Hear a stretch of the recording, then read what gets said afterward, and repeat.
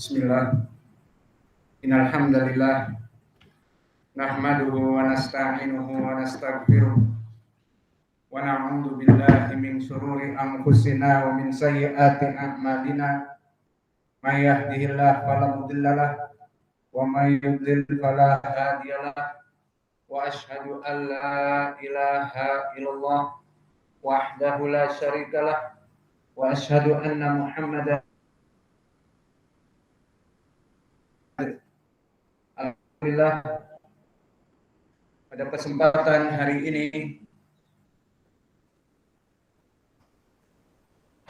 hari Rabu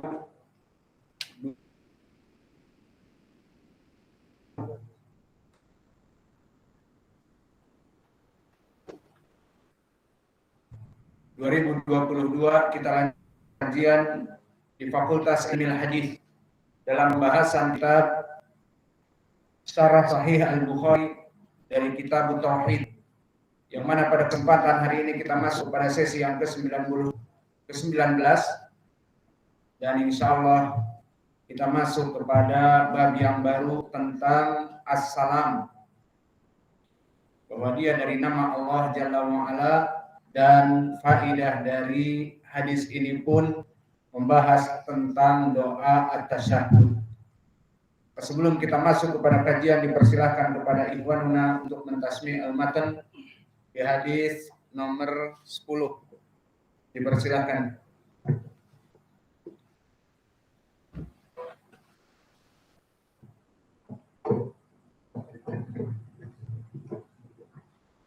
قال الإمام البخاري رحمه الله: حدثنا محمد بن يوسف حدثنا سفيان عن إسماعيل عن مسروق عن عائشة رضي الله عنها قالت: من حدثك أن محمدا صلى الله عليه وسلم رأى ربه فقد كذب وهو يقول لا تدركه الأبصار، ومن حدثك أنه يعلم الغيب فقد كذب وهو يقول لا يعلم الغيب إلا الله.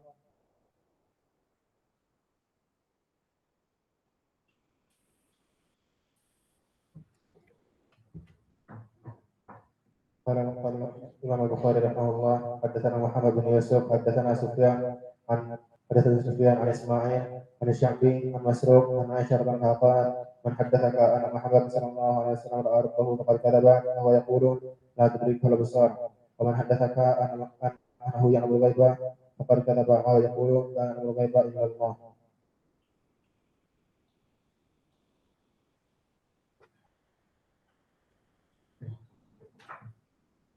قال الإمام البخاري رحمه الله تعالى: حدثنا محمد بن يوسف حدثنا سفيان عن إسماعيل عن الشعبي عن مسروق عن عائشة رضي الله عنها قالت: من حدثك أن محمدا صلى الله عليه وسلم رأى ربه فقد كذب وهو يقول لا تدركه الأبصار، ومن حدثك أنه يعلم الغيب فقد كذب وهو يقول لا يعلم الغيب إلا الله.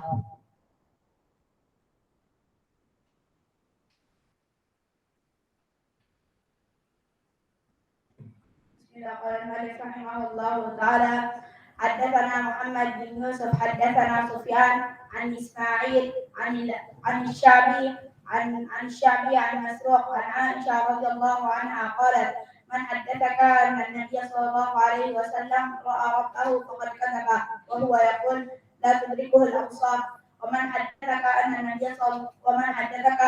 يعلم الغيب فقد كذب وهو يقول لا يعلم الغيب إلا الله.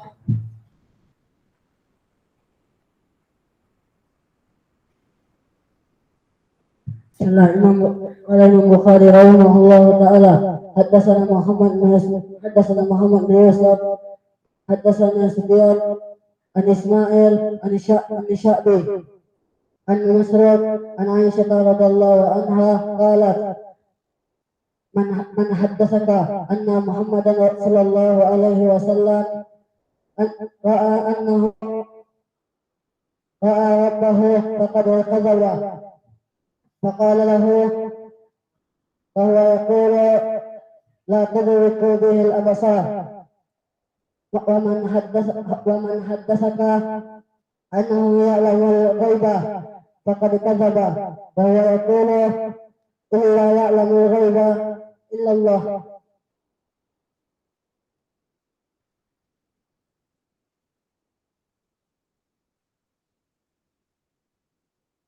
Wen aso.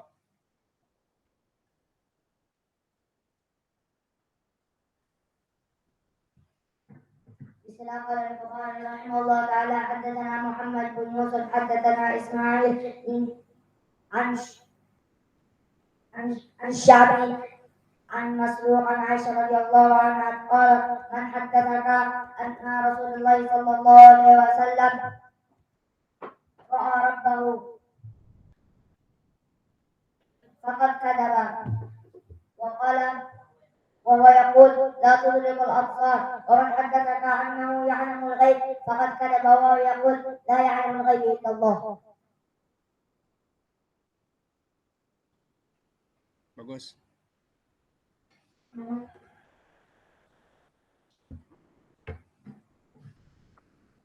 بسم الله قال المؤلف رحمه الله تعالى حدثنا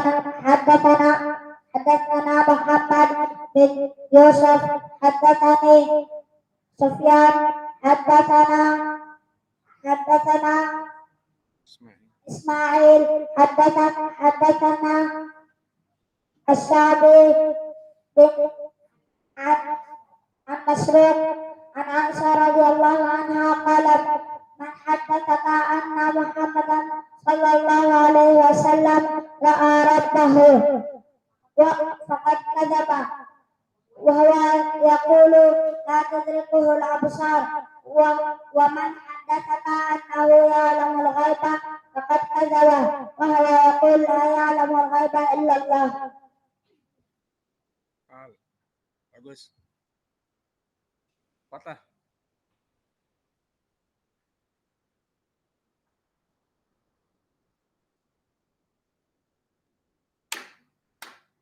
Al-Fatah. كيف ما تحفظ أنت؟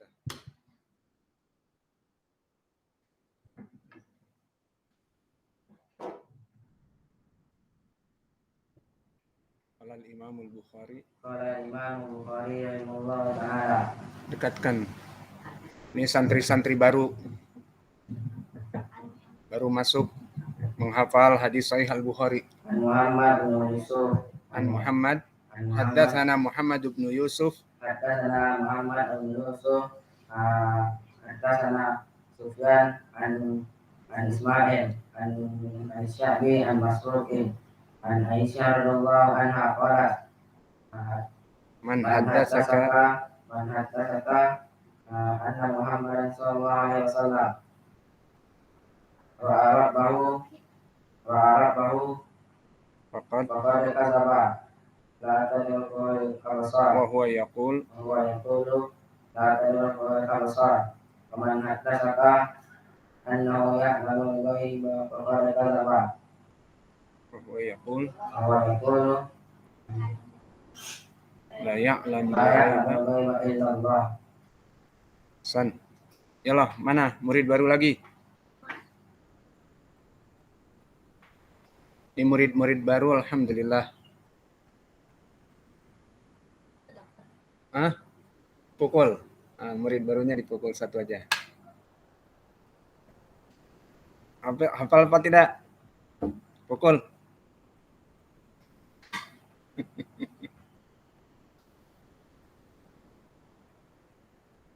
Pukul setengah pukulan aja. Besok hafal ya. Yang lama pun besok hafal. Kalau enggak dipukul lebih banyak. Ini hadis Sahih Al-Bukhari sahal. Bismillah. Qala al-Imam Al-Bukhari rahimahullahu taala haddatsana Ahmad bin Yunus haddatsana Zuhair haddatsana Mughirah haddatsana Syaqiq bin Salamah qala Abdullah kunna nusalli khalfan nabi sallallahu alaihi wa ala alihi wasallam fa naqulu assalamu ala Allah. Faqala an-nabiy sallallahu alaihi wa ala alihi wasallam inna Allaha huwas salam walakin qulu at-tahiyatu lillah was-salawatu wat-thayyibatu assalamu alayka ayyuhan nabiy wa rahmatullahi wa barakatuh. Assalamu alayna wa ala ibadina wa ala ibadillahi shalihin. Asyhadu an la ilaha illallah wa asyhadu anna Muhammadan abduhu wa rasuluh. Hadal hadis kita jelaskan pembahasan kita mulai dari sanad, kemudian setelah itu kita masuk kepada matan dan apa yang bisa kita ambil dari ilmu tauhid sesuai dari pembahasan tauhid dan dari segi fikih jika ada.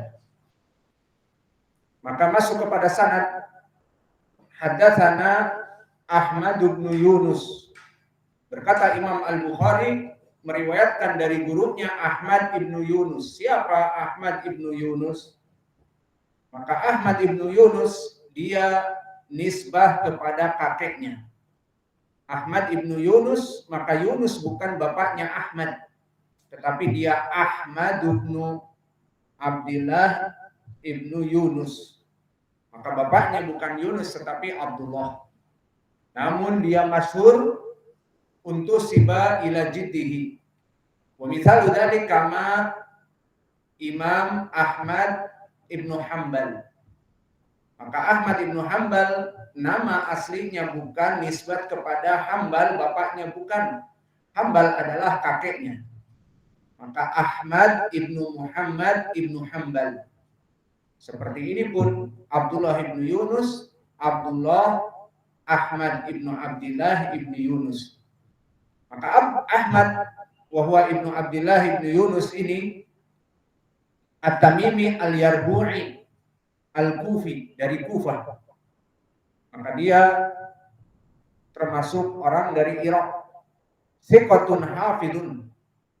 Dan dia adalah dari segi ilmu jarh wa ta'dil, para ulama menyebutkannya dia menjadi arfa tabaqah yang paling tinggi dari thiqah, maka dia thiqatun hafid. Adapun dari segi zaman dia di tabaqah al-ashirah. Dan tabaqah al-ashirah adalah tabaqah yang Imam Al-Bukhari banyak sekali meriwayatkan dari guru-guru besarnya. Dan tabaqah al-ashirah di sini seperti Imam Ahmad dan yang lainnya.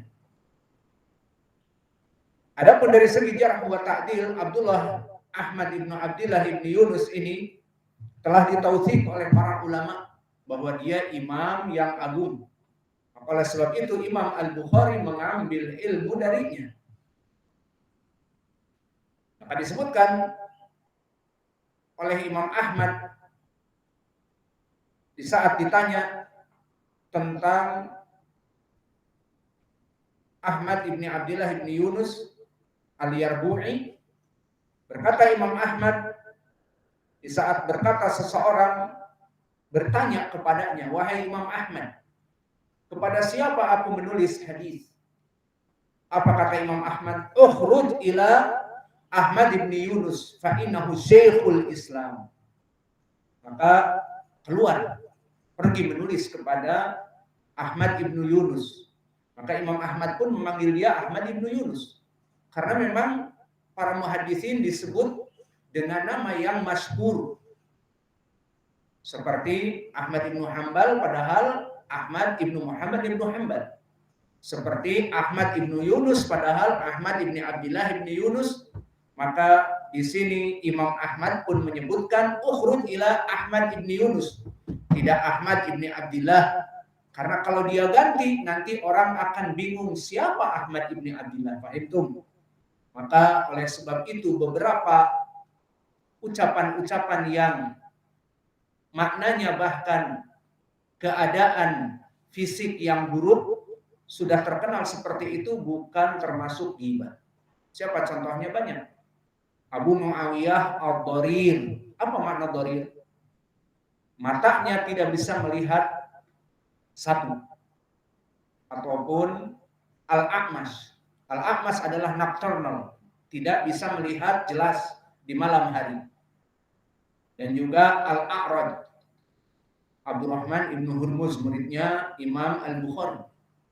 Haddatsana Al-A'raj. Apa makna Al-A'raj? Ya Hudzaifah, kakinya pincang. Telah ngabari kepadaku si pincang. Nah, boleh seperti itu. Itu maknanya memang al-a'raj, al-a'mas telah mengabari kepadaku hadis al-a'mas, orang yang nocturnal. Dinamakan buta ayam, rabun ayam. Tidak bisa melihat di malam hari. Maka semua ucapan-ucapan seperti ini tidak termasuk kepada ghibah. Karena kalau diganti, misalnya Sulaiman ibnu Mihran al-A'mas, menghina itu al-A'mas. Ya sudah diganti dengan maka dia nanti tidak terkenal dengan nama tersebut dan orang menjadi bingung muhaditsin. Oleh sebab itu Ahmad ibnu Yunus jadi Ahmad ibnu Abdillah ibnu Yunus itu tidak apa-apa. Ahmad ibnu Hanbal jadi seperti itu, padahal Ahmad ibnu Muhammad ibnu Hanbal tidak apa-apa. Bahkan al-A'raj, al-A'mash, ad-Darir, at-Tawil seperti Humaid at-Tawil, maka dia itu orang yang jangkung, si jangkung. Maka kamu menghina aku si jangkung, kakinya panjang dan sebagainya. Maka di sini biasa, bukan termasuk dari permasalahan al-jarh wa ta'dil. Namun di sini laqab yang memang sudah masyhur. Maka di sini Imam Ahmad dari segi al-jarh wa ta'dil memuji Ahmad ibnu Abdillah ibnu Yunus bahwa dia termasuk dari Syekhul Islam di zamannya. Dan ini pujian Imam Ahmad kepada Ahmad ibnu Yunus dikarenakan ilmunya yang sangat kuat.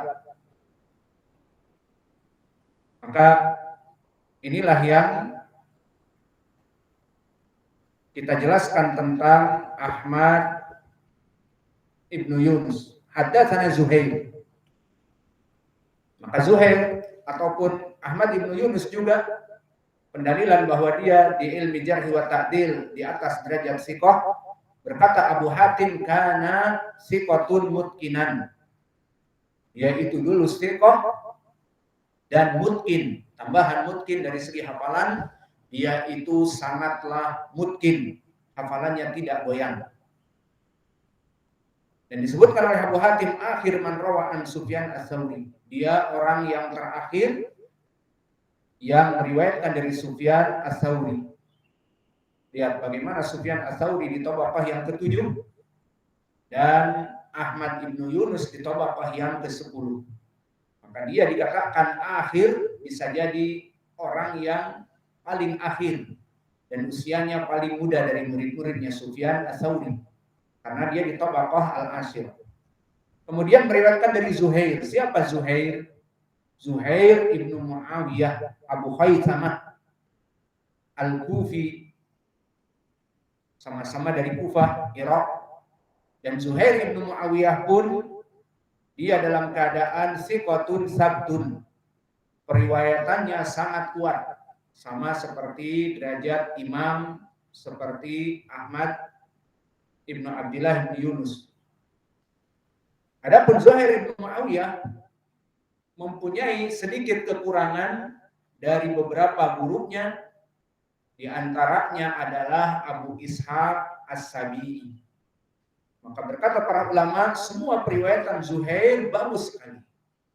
Kecuali dia di saat meriwayatkan dari Abi Ishaq as-Sabi'i dan keadaan Abu Ishaq as-Sabi'i mukhtalif. Maknanya Abu Ishaq as-Sabi'i dia rawi yang kabir fisin. Rawi yang tua dan berilmu di dalam ilmu hadis. Selain mudallis juga mukhtalif. Maka dulu di saat dia sudah tua dan pikun, sayang tidak dihijabi oleh anaknya. Sehingga dia di saat pikun, di saat tidak mengetahui ucapannya yang benar, maka dibiarkan untuk meriwayatkan hadis. Inilah kesalahannya. Akhirnya bercampur hadis-hadis yang buruk di akhir umurnya dengan hadis yang baru di saat dia masih muda. Maka orang-orang yang mukhtalif ataupun pikun dari muhaddisin seharusnya dia dihijabi oleh anaknya, jangan meriwayatkan hadis, nggak boleh. Maka akan terjaga hadisnya. Sehingga Abu Ishaq yang dikenang Abu Ishaq dulu adalah Abu Ishaq yang hadis-hadisnya itu kuat di saat dia muda. Namun karena dibiarkan oleh anak-anaknya tanpa sengaja meriwayatkan dari murid-murid yang datang kepadanya karena dia imam, akhirnya pikun, hafalannya rusak, apa rawi-rawi yang dia sebutkan kacau, dan sanad-sanad dan matanya pun kacau, katanya ucapan Nabi padahal bukan ucapan Nabi. Orang-orang yang pikun ini jika tidak dihijabi maka keburukannya kembali kepadanya. Maka mana periwayatan yang dulu bagus sekarang buruk?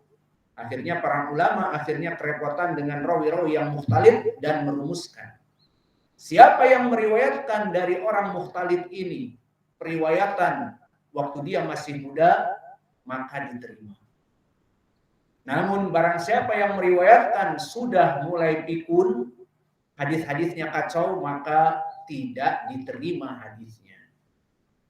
Oleh sebab itu, Abu Ishaq As-Sabi'i dari rawi yang tidak diterima hadisnya, jika meriwayatkan dari Abi Ishaq meskipun rawi itu thiqah, diantaranya Zuhair ibnu Muawiyah. Zuhair ibnu Muawiyah derajatnya imam, hafalannya kuat. Namun karena dia sudah masuk ke Abu Ishaq As-Sabi'i dalam keadaan sudah pikun, meskipun dia menghafal hafalan kuat, tapi memang sumbernya dari Abu Ishaq itu sendiri. Abu Ishaq itu sendiri yang kacau karena sudah pikun. Maka riwayat Zuhair meskipun hafalannya kuat, kalau datang dari Ishaq tidak diterima oleh para muhaddisin. Karena yang rusak bukan dari hafalan Zuhair, tetapi memang dari Abu Ishaq itu sendiri. Dan Zuhair ibnu Muawiyah di tabaqah yang ke-7. Maka dia termasuk dari kibar tabi'in. Tabaqah yang ke-7 siapa saja?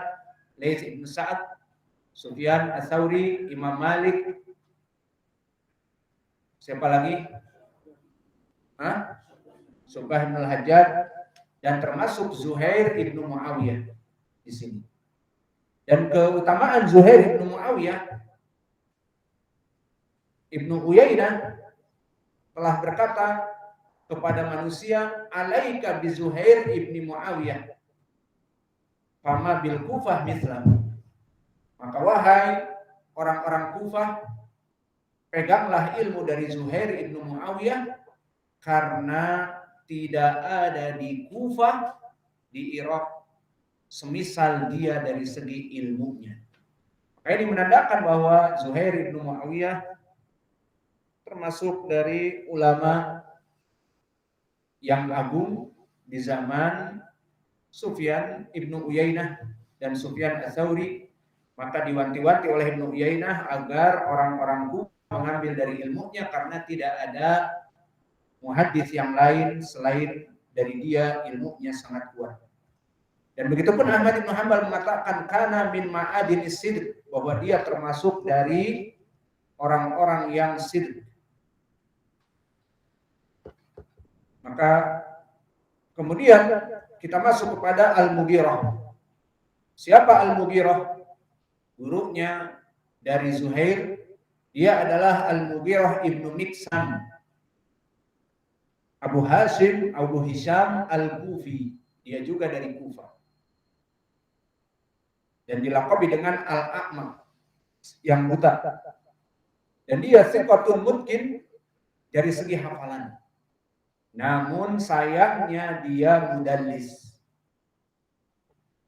Falasiyama di saat dia mentadlis dari Ibrahim, dohirnya Ibnu Yazid An-Nakhai, maka sangat parah periwayatannya dari